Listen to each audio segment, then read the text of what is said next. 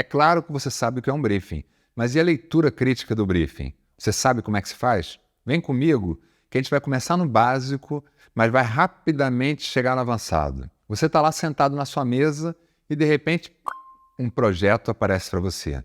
Alguém passa e te fala mais ou menos por alto sobre o que é o projeto, mas a pessoa que falou está com pressa e ainda não tem todas as informações para te dar. E isso é um problema, porque você já quer logo criar, você está ansioso e cheio de perguntas. E aí surge o briefing, com todas as respostas, ou quase todas. Bom, às vezes não tem nem metade das respostas. E é por isso que a gente precisa fazer uma leitura crítica do briefing. Primeiro, para entender o que não está lá e precisava estar lá. Vão lançar um produto? Que produto é esse? Por que o consumidor precisa desse produto? O que ele tem que os concorrentes não têm? E o que os concorrentes têm que ele não tem? Ele é mais caro ou é mais barato do que os concorrentes? Não tem concorrentes? Como queremos comunicar esse produto? Qual a mensagem principal? Aonde a gente vai veicular essa comunicação? Com quem vai falar? Qual é o público-alvo? O bom briefing precisa responder a todas as nossas perguntas e colocar a gente na direção certa, para evitar que você crie um monte de campanhas, conceitos e roteiros, mas que lá na frente você descubra que aquelas ideias não resolvem o problema que precisava ser resolvido. Então vamos dizer que você já tem todas essas informações. A partir do momento em que a gente tem todas essas informações, a gente já pode começar a criar, certo? Claro que não. A gente ainda tem que fazer um trabalho aprofundado, uma leitura crítica, e a gente tem que resumir o briefing. Primeiro, porque não dá para começar a criar baseado em uma página cheia de informações e cheia de pedidos que muitas vezes atiram para vários lados. E isso de atirar para muitos lados é mais comum do que deveria ser. A coisa mais normal do mundo é a gente receber um briefing que diz que a gente tem que comunicar X, mas que também é importante dizer que Y. E não podemos deixar Z em segundo plano, já que Z é uma das coisas fundamentais e que o presidente da empresa também acha importante que a gente diga W. Sabe qual é o problema? É que se você começa a criar em cima de vários pontos, você vai acabar inevitavelmente atirando para vários lados e não acertando nenhum. Porque quando você tem que criar para várias mensagens, você fica confuso e fica pulando de uma mensagem para outra sem nunca se aprofundar em nenhuma delas. É como se você tivesse que cavar um poço bem fundo para conseguir chegar na água, mas você não tem certeza de onde você precisa cavar. Então o que você faz? Você cava um pouquinho aqui, e cava um pouquinho ali, e cava um pouquinho lá, e no final você nunca acha água, porque você não cavou fundo o suficiente em nenhum dos buracos. A mesma coisa acontece com a criação. Sem ir fundo numa direção, fica muito difícil chegar em bons insights, em bons conceitos e em boas execuções. Eu sei que às vezes é difícil sair dessa situação, porque politicamente você fica no meio de um imbróglio. As forças políticas estão em choque e ainda não se sabe exatamente o que precisa ser dito. Mas se por um lado ninguém concorda com o que tem que ser dito, por outro lado todo mundo tem pressa e todo mundo concorda que você precisa começar imediatamente a criar, porque senão não vai dar tempo de colocar a peça no ar. E aí sobrou para você, especialmente se você não parar a bola e levantar a mão. Mas pega mal levantar a mão? Claro que não. O que pega mal é você seguir em frente sem saber o que fazer. É na hora que você apresentar e disserem que você não resolveu o problema, aí sim você reclamar do briefing. Levantar a mão na hora certa e do jeito certo é dar a chance para você e para todos de corrigirem o rumo do navio antes que ele atinja um iceberg e afunde. Não tem jeito. É preciso corrigir o que precisa ser corrigido. E fazer isso é uma questão de profissionalismo. E é aí que a leitura crítica entra em jogo. O objetivo da leitura crítica é fazer você entender e enxergar tudo com a maior clareza possível. E para isso você vai ter que usar o mesmo método que o filósofo Sócrates utilizava lá na antiguidade. Você vai ter que perguntar muitos porquês. Você vai ter que questionar muita coisa óbvia. Mas a primeira coisa que você vai fazer é ler linha por linha e ter certeza que você entendeu de verdade tudo o que está escrito ali. Você não pode deixar passar nada. Tudo faz sentido? Se não faz, já anota. Vai fazendo uma lista das coisas que você não entendeu, que não concorda e coisas que você precisa esclarecer melhor. Depois, faz uma lista de tudo que o briefing está pedindo para o comercial dizer. A verdade é que você está diante de um quebra-cabeças, um enorme quebra-cabeças. E você precisa prestar atenção em todas as pecinhas para conseguir montar esse quebra-cabeças de informações. Qual é a mensagem principal? O que precisa ser dito no filme? Tem alguma informação que a gente pode mencionar só em lettering? Tem uma coisa que a gente pode só mencionar na locução? Será que alguma dessas informações pode ser mencionada e explorada mais a fundo em outra mídia, numa outra peça da campanha? Se a gente fizer isso, a gente deixa mais tempo para o filme focar na mensagem principal. Pergunta, porque você está fazendo o seu trabalho e isso vai ajudar todo mundo. Quando você tiver as respostas, você vai ver o que encaixa e o que não encaixa, o que faz sentido e o que não faz sentido. Muitas vezes o briefing pede para a gente comunicar coisas que fazem todo sentido, só para quem está dentro da empresa, mas que não tem absolutamente nenhum sentido para o resto do mundo. E se alguma coisa não faz sentido para o consumidor, não tem jeito. Temos um problema e precisamos resolver esse problema antes de começar a criar. Deixa eu te dar um exemplo.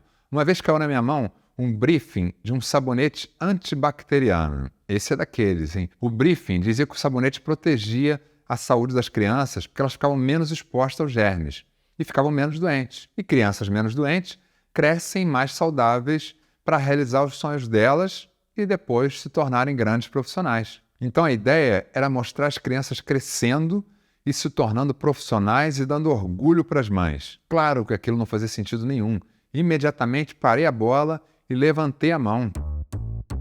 Chamei o atendimento para conversar e o atendimento disse que o pedido de fazer desse jeito, com aquela linha de raciocínio, tinha vindo do próprio cliente e que o planejamento já tinha validado tudo na reunião, então não tinha jeito. Aí lá fui eu conversar com o planejamento, que chamou o chefe dele. Quando eu vi, estava numa reunião gigantesca com o VP de planejamento, VP de atendimento, meu diretor de criação e todos ali querendo me convencer de que aquilo fazia sentido. Claro que eu queria que aquilo fizesse sentido, ia me dar muito menos trabalho. Eu não precisava estar ali diante daquela galera toda questionando todo mundo. Parecia que eu era o louco, mas não fazia sentido nenhum e não dava para começar a criar com base naquilo. Então eu fui educadamente questionando. Mas será que tudo isso cabe dentro de um sabonete? Cabe num comercial? E o mais importante, faz sentido, gente? Faz, claro que faz. Não, todo mundo concordando que fazia. Mas eu continuei questionando.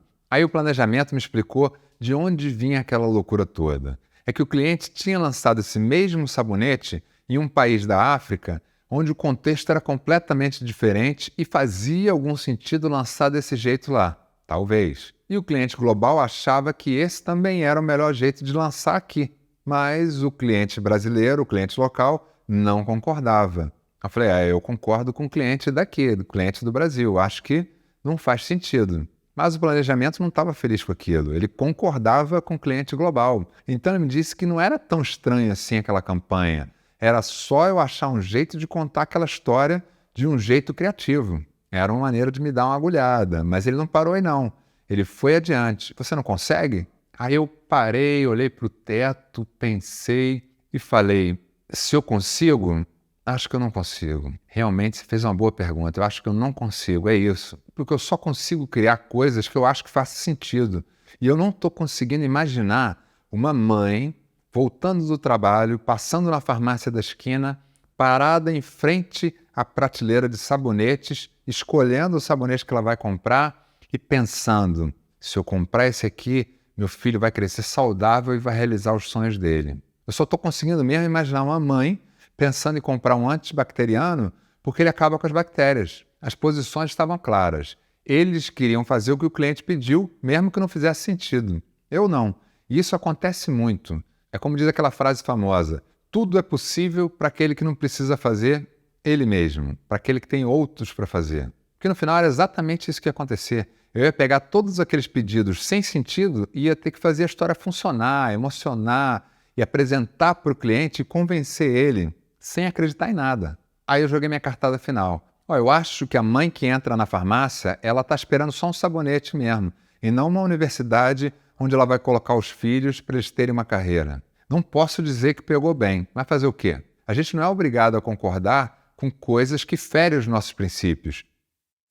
O segredo é colocar seu ponto de vista de forma educada, respeitosa e profissional, sem ser chato e sem insistir além do ponto. Eu incomodei de forma intencional, porque eu comparei o desconforto de ter que lidar com aquele problema, de gastar aquela energia, de depois eu apresentando para o cliente e o cliente falando que não fazia sentido, com o desconforto de incomodar aquele pessoal na reunião. E eu cheguei à conclusão que valia a pena incomodar um pouquinho na reunião e plantar uma pulga na orelha de todo mundo ali.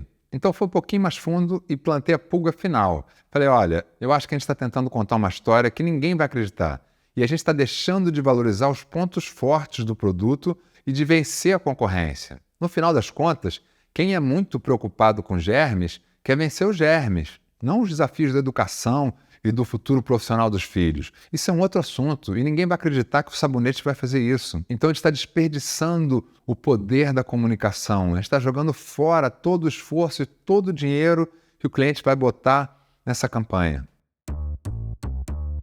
Muita gente vai dizer que não é o papel do criativo questionar isso que eu questionei. E eu vou ter que discordar. Se você quer a melhor criação possível, então sua peça precisa ser baseada em verdades e precisa fazer sentido. Quando a comunicação diz alguma coisa que não é verdade ou que não faz sentido, ela perde seu poder imediatamente, vira fumaça, evapora.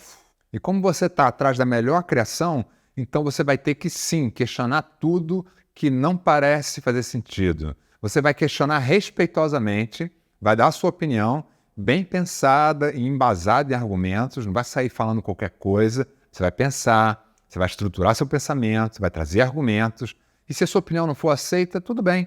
Você aceita que perdeu a batalha, mas ainda não perdeu a guerra. Você pode não conseguir mudar o rumo estratégico daquela campanha, mas ainda tem muita coisa que você pode fazer. Esse foi um exemplo de quase guerra, mas vamos mostrar um outro exemplo onde as coisas funcionaram de um jeito mais legal. Me pediram para divulgar uma série de desenho brasileiro que é muito boa, mas colocaram no briefing que eu deveria explorar o fato do desenho ser brasileiro. Quem colocou isso no briefing era uma pessoa muito competente, mas muito mesmo, e acreditava que aquele era um bom argumento, porque muita gente não sabia que o desenho era brasileiro e na internet, nas redes sociais, havia muito esse comentário. O desenho é brasileiro, não acredito, é sério, é mesmo, como é bom, como é maravilhoso. Então isso era verdade. E a maioria das pessoas não sabia que o desenho era brasileiro. E quando descobriam, ficavam surpresas. Acontece que em termos de atratividade para um desenho animado, isso não é um diferencial relevante. Ninguém assiste um desenho por ele ser americano, inglês ou brasileiro. Assiste porque o desenho é bom, ou porque gosta daquele tipo de história que o desenho está contando, ou porque o desenho está falando sobre um tema que interessa muito a pessoa que está do outro lado, ou ainda porque ele tem um tipo específico de humor, tem personagens muito carismáticos, enfim, são vários os motivos que fazem as pessoas assistir a um desenho animado. E o desenho em questão tinha 1 milhão de qualidades muito mais interessantes e atrativas do que ser brasileiro.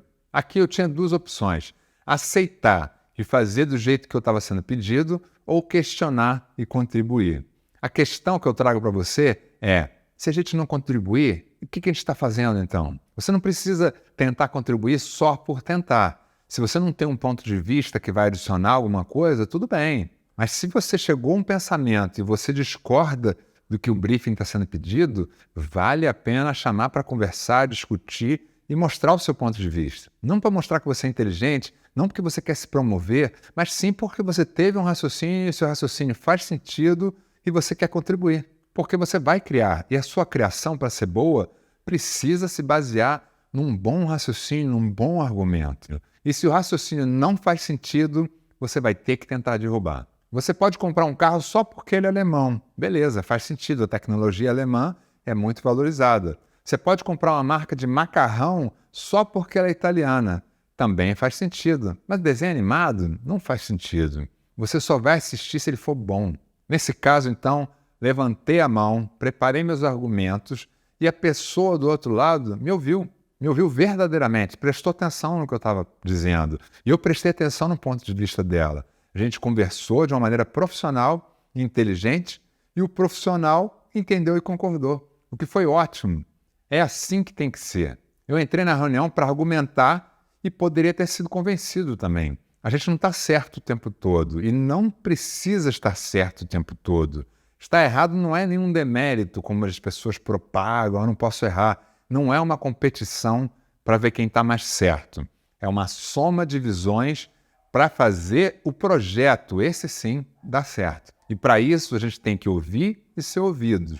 E tem que esclarecer todas as dúvidas. Esclarecer as dúvidas é, de fato, contribuir com o processo, para que a gente possa entrar numa reunião e apresentar o nosso trabalho criativo com a confiança de quem sabe o que está fazendo e por que está fazendo.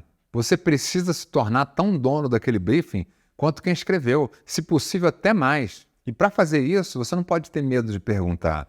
Perguntas bem pensadas não incomodam, porque só quando você entende totalmente o briefing, você pode apresentar um trabalho de excelência. E é isso que as pessoas vão se lembrar. No final do projeto, ninguém vai te julgar porque você fez um monte de perguntas. Vão julgar o quão bem você resolveu aquele projeto. Então, nunca tenha medo de questionar. Pergunte. Garanto que a sua criação vai ser melhor.